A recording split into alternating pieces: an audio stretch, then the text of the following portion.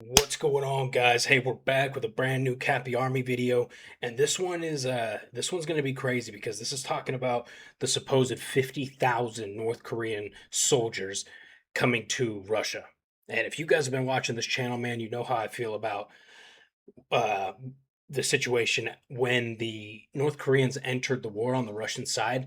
I think that was arguably one of the most significant escalations of any conflict in decades. And I believe it was criminally looked over because nobody else wanted to, or allied, what I would consider to be allied countries, didn't want to acknowledge the escalation because then they have to escalate, right?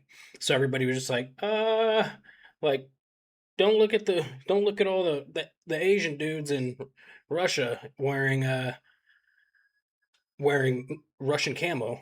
I don't know. Anyways, now there's more on their way there, or there already. I'm not sure. We're gonna watch this. Check out Cappy's channel. Cappy's the GOAT, man. We love his content. And if you guys want a t-shirt, we've got our anti-Putin social club t-shirts still on the merch store.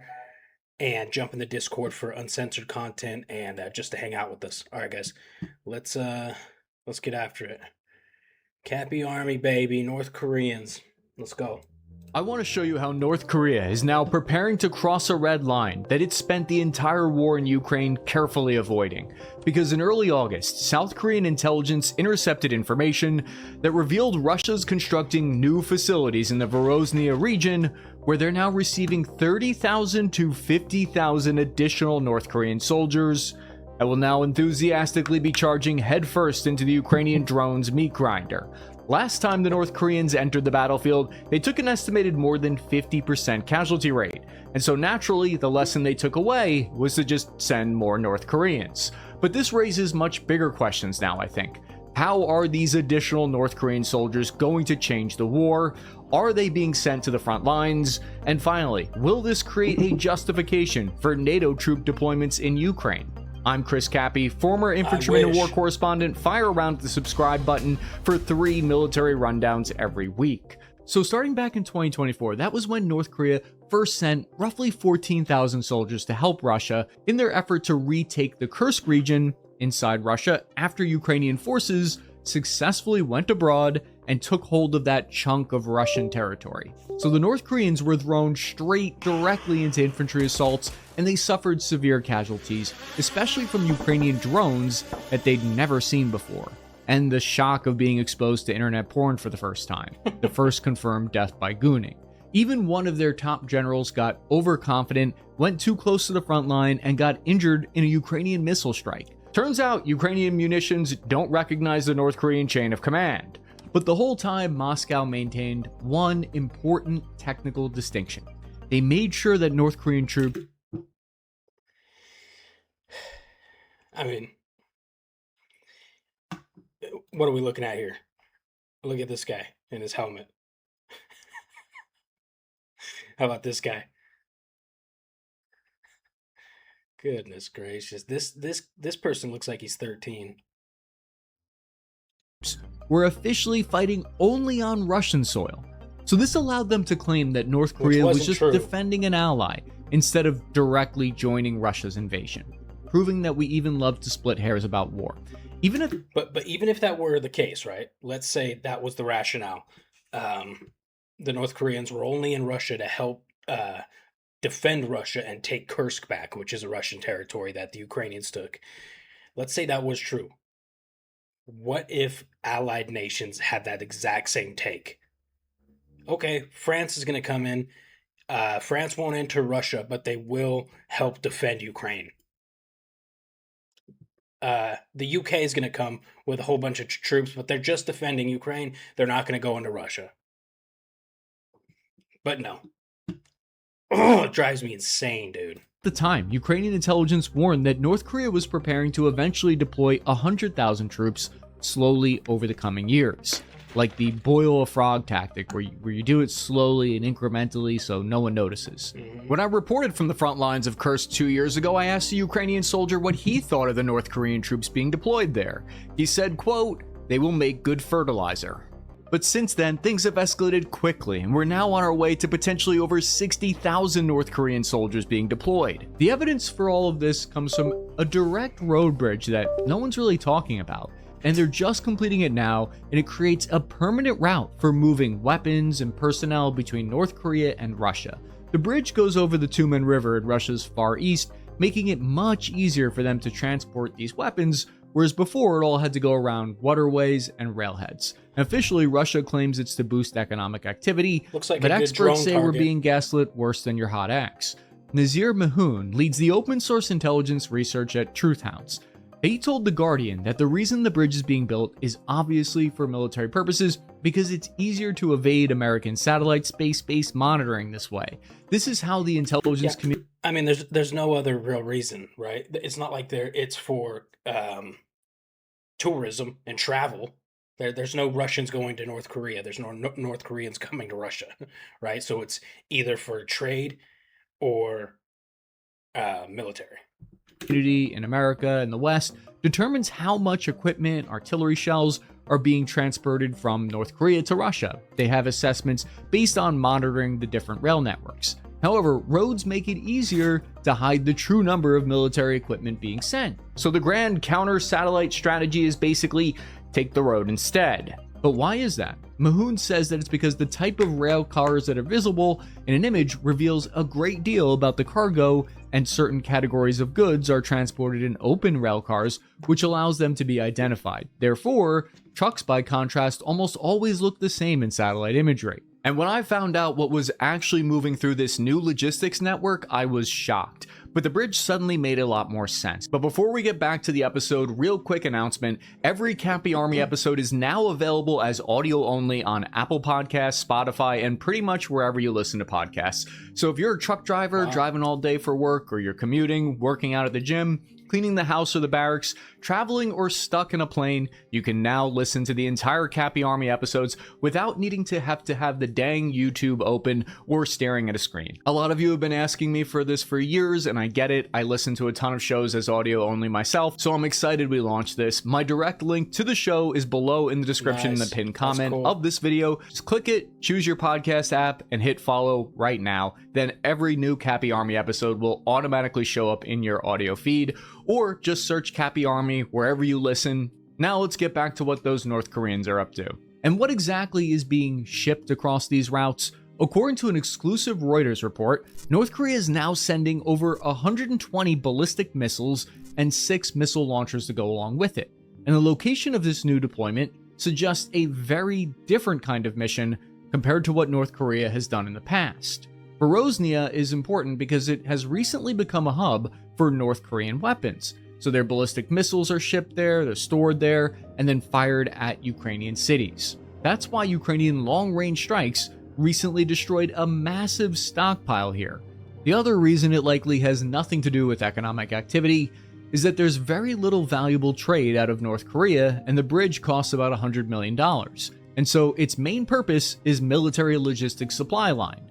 Now, the North Korean soldiers are following the weapons, but the missiles now come with live technical support. South Korean intelligence says a contingent of about 90 North Koreans from their missile unit has already started deploying here, and they're joining Russia's 112th Missile Brigade.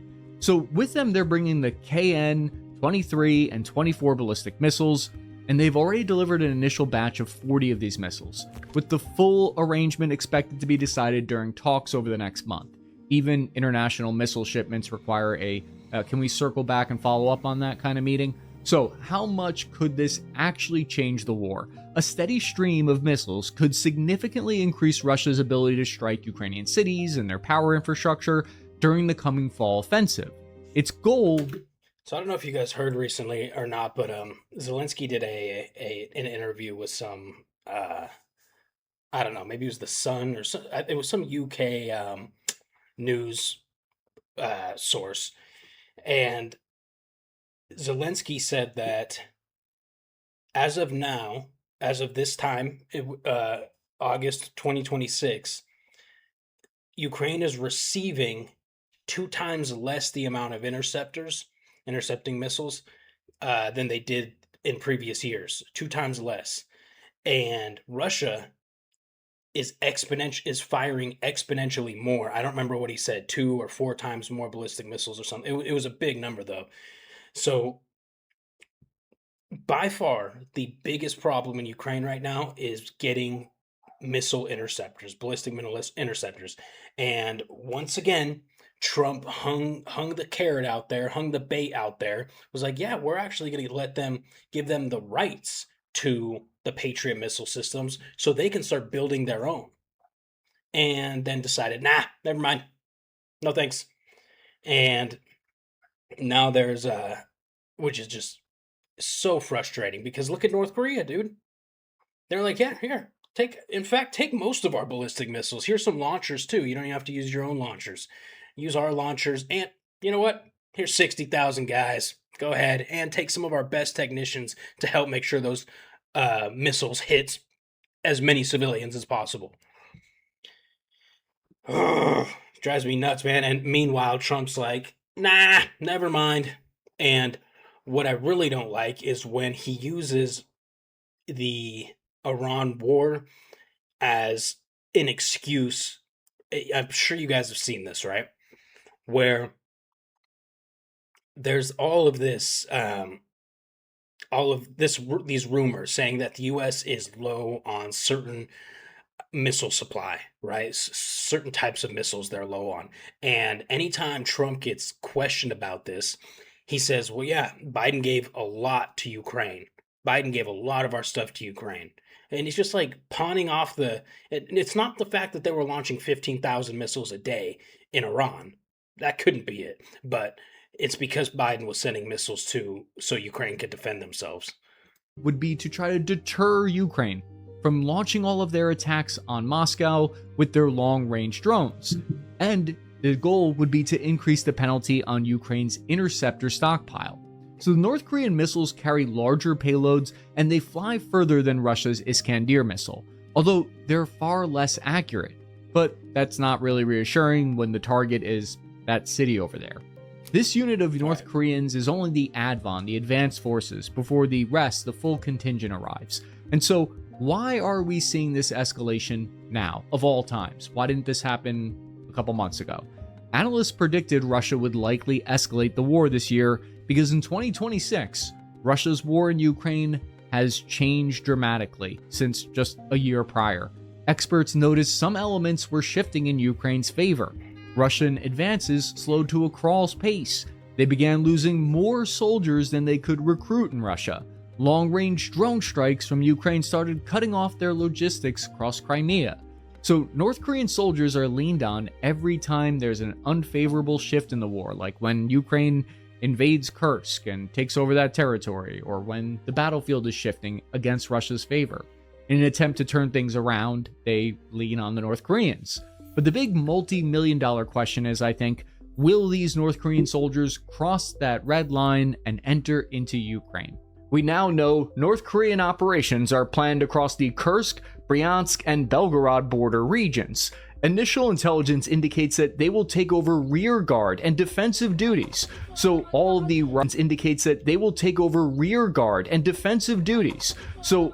Russian troops and guys that are I promise that is not the case. They are not going to stay in Bryansk and Kursk and Belgorod. Absolutely not. They're going to be pushed up and used to take positions. I can almost guarantee it. sitting in the rear doing logistics or chilling on their phones, filming Ukrainian drones hit the Wildberries warehouses, they'll all get shifted to the fighting. This will allow Russian support units to move toward frontline combat in eastern Ukraine. You may be surprised to learn, usually for every one frontline combat soldier, there are at least 2 support guys in the rear. Even more in the US military, the ratio is even higher, so freeing up those hands would be valuable to Moscow. Chris Munday, a Russia researcher at Dongseo University, said that the intelligence is a reflection of Putin's reluctance to order a full-blown, domestically unpopular Here's one of the reasons I say what I said. For one, I won't even go there, but they're not going to use foreign soldiers as supply and logistics or defense soldiers because they don't know Russian. They don't know the SOPs that the Russian militaries use. What they do know is how to fire rifles and basic military strategy.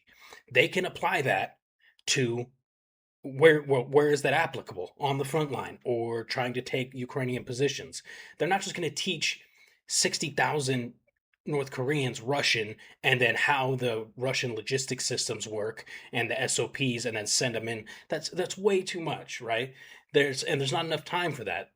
Putin's in trouble. He needed more troops on the ground, and they're sending guys in that know how to fill those positions because that's pretty much universal. If you know how to fire a rifle, it doesn't matter what language you speak, you know how to fire a rifle, right? Mobilization, a draft. Chris Monday said, quote, "What he needs is not so much more troops, but soldiers willing to storm through the drone no man's land," indicating that the main reason you would send 30,000 North Korean warm bodies is to do a meat grinder style assault. But retired South Korean Army Lieutenant General Chunenbum, I can't make fun of his name, my real last name is Capiluto, which means tiny hat in Italian.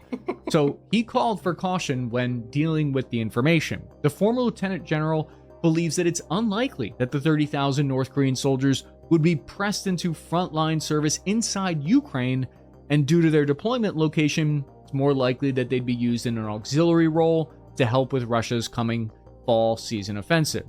Although he didn't rule out that they would eventually be thrown into the front line inside Ukraine.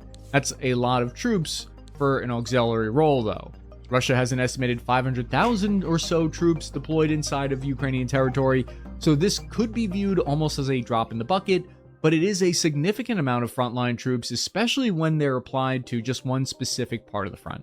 And they would have to be deployed mostly together because North Korean regiments stick together for language and unit cohesion purposes, and so they can share all of their gooning material. So an influx of that amount of bodies can swing localized fighting.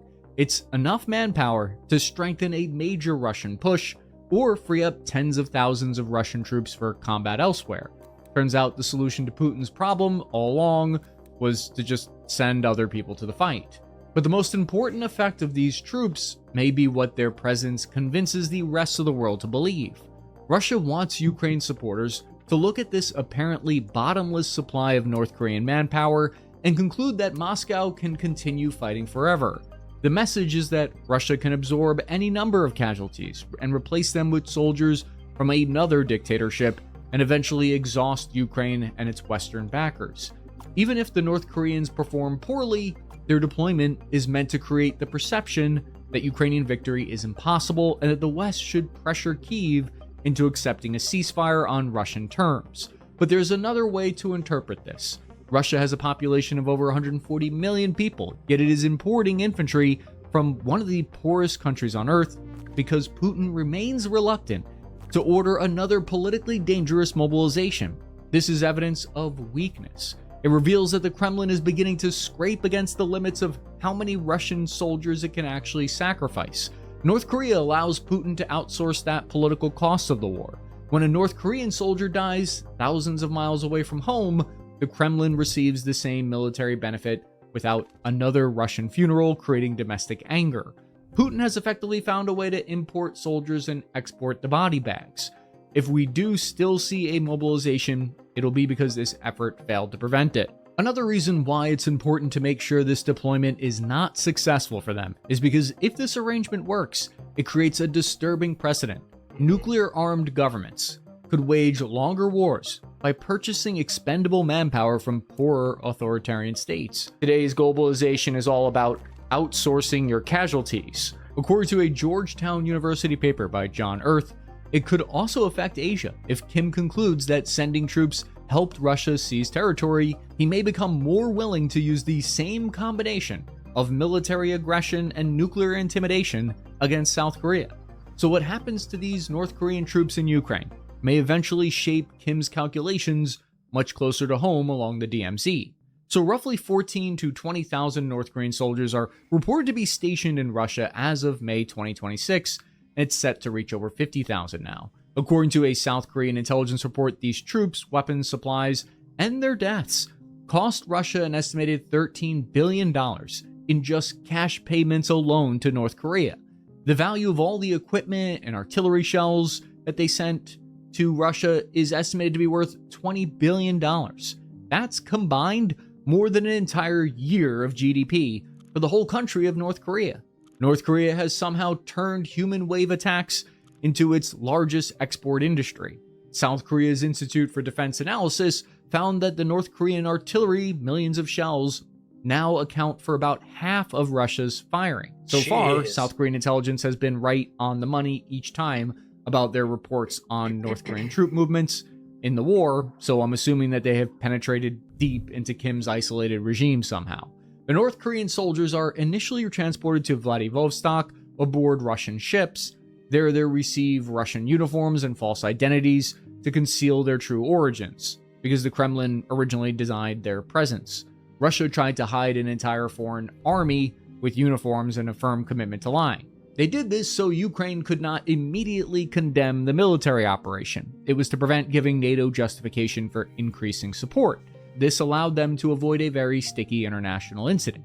Russian forces have mainly used North Korean troops to conduct infantry assaults. They were getting absolutely smoked in the beginning of their involvement in Kursk. They proved largely ineffective and hazards to themselves and others on the battlefield in multiple engagements. They would suffer significant losses during the campaign from these initial ground assaults, failing to implement advanced tactics of really any sort.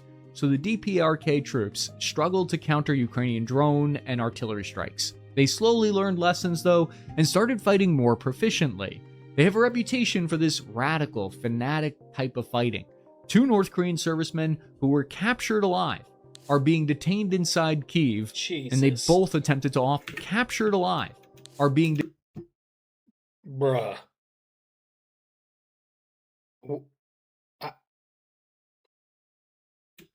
detained inside Kyiv, and they both attempted to off themselves in Have you guys seen Hills Have Eyes? That's all I'll say. Bombings as a final defiant act, but they were unable to do so because of their severe injuries that they sustained in the fighting.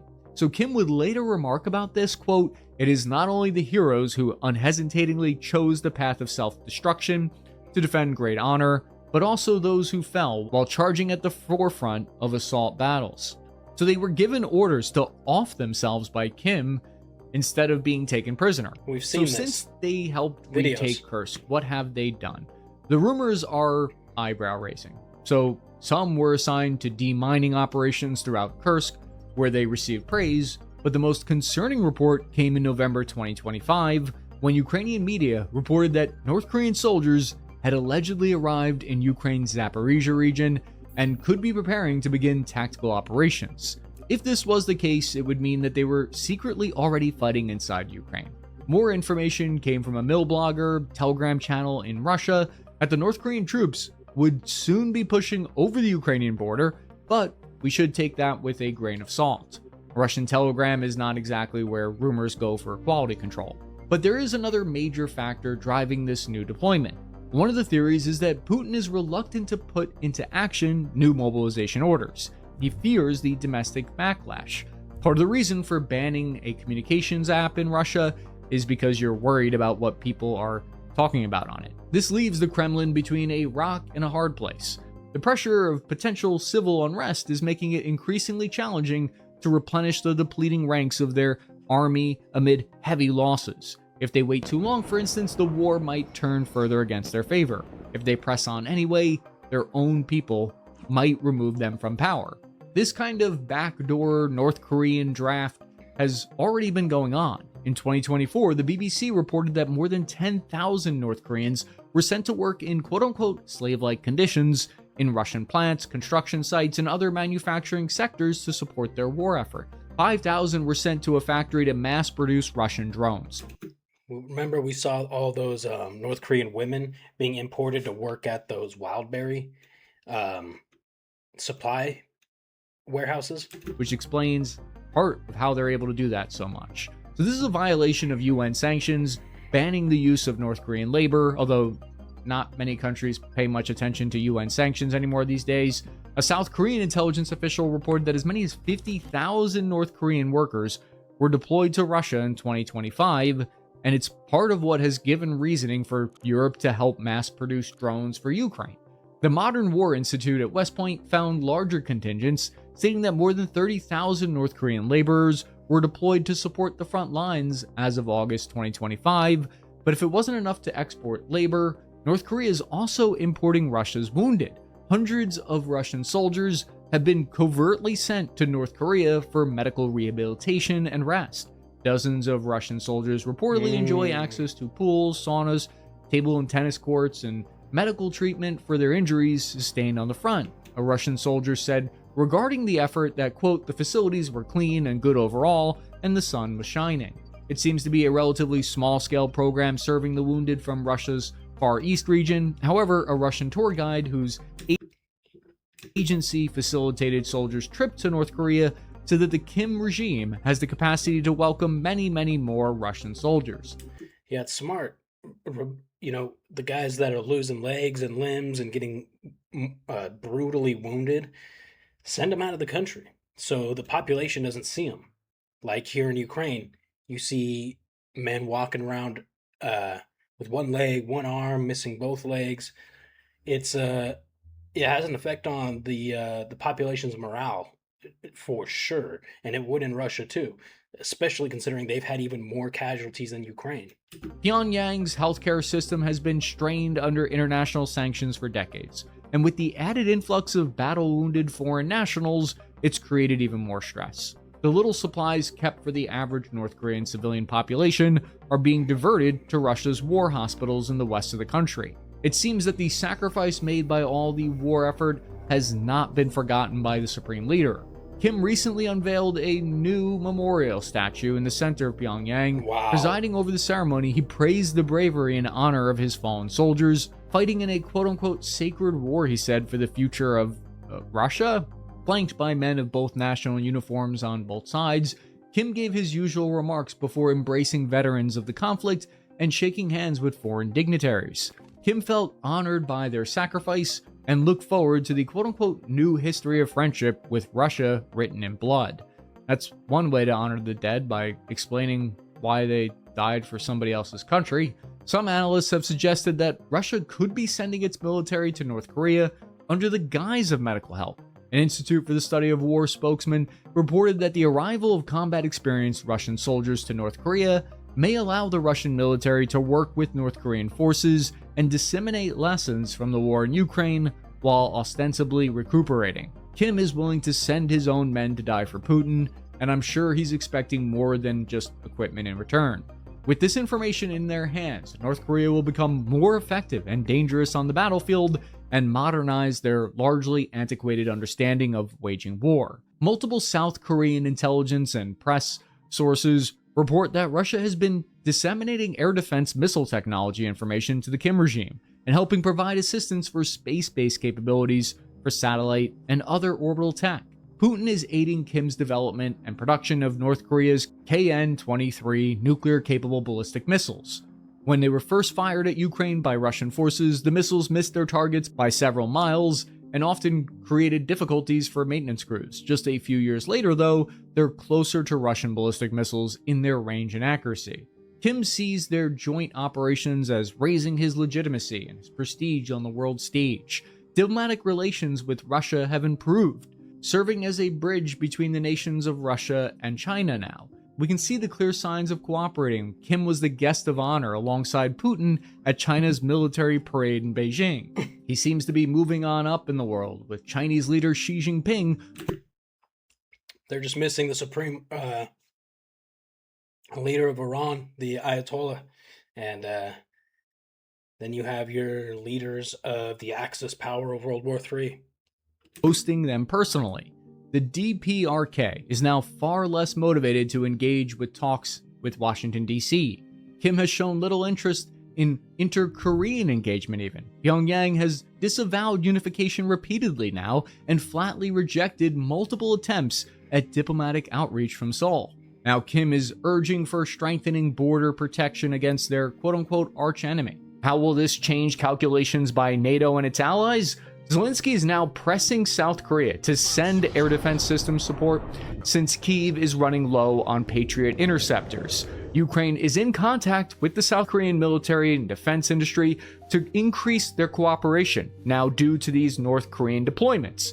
North Korea sending up to 50,000 troops is now making it easier to justify renewed US military support for Ukraine. 70 of the ATACMS missiles are being purchased and transferred from Turkey. NATO has pledged about $70 billion in support for Ukraine in 2026 and the same for 2027. When North Korean troops first entered the war, the Secretary General of NATO called it a significant escalation and a dangerous expansion, adding that allies in NATO had discussed the need to further strengthen military support for Ukraine because of it. But discussions can only get you so far, so this may become a geopolitical justification for more aid, but probably not NATO combat troops, unless North Koreans openly enter Ukraine in much larger numbers. In which case, they'll be looking forward to heading straight into the meat grinder. And NATO would still find a way to play that off as not that significant and not a major escalation, and it's okay. Everybody quiet down. Ties between North Korea and Russia deepen further. I have to ask, would Russia do the same for them? Could they, even if they wanted to? If you like this video, check out this playlist here about the war in Ukraine. I'm Chris Cappy. Thank you for Great video, man. Really, really good. Please check out Cappy's channel, man. Couple things. If you've stayed this long in the video, thank you. Appreciate you. There's no part of me that blames North Korea for what they're doing, because they are being a good ally. Bottom line, their ally Russia says, hey, we need help. We need supplies, we need soldiers, we need this, that. And they're like, okay, let's do it. We'll build a bridge straight to the country so we don't have to put them on boats anymore. It'll be faster, blah, blah, blah. They're sending people in to do logistics work and sending them into warehouses and sending them in to build drones. Sending all these North Koreans into not just soldiers, but actual laborers to help the war effort. Nobody has done that for Ukraine. Not one nation. Yes, there are some European nations making drones now in their own countries, which is great, but at the end of the day, that's also a benefit for themselves as well, right? Every country should be boosting their drone infrastructure exponentially right now. Drones are only going to continue to be more and more a part of warfare. They're not going anywhere. So yeah, you could. Jesus, man. Sorry, guys. So that's really it. It's so frustrating to me that Russia's allies are there for him when he needs them. Ukraine's allies will continue throwing stuff from the sidelines, saying, "All right, good luck, guys. Here's some more of these. Good luck." And Ukraine's like, "We need missile interceptors, please." Trump's like, "Nah." Anyways, all right, you guys, let me know what you think about all this in the comments. I love you. We'll see you in the next video.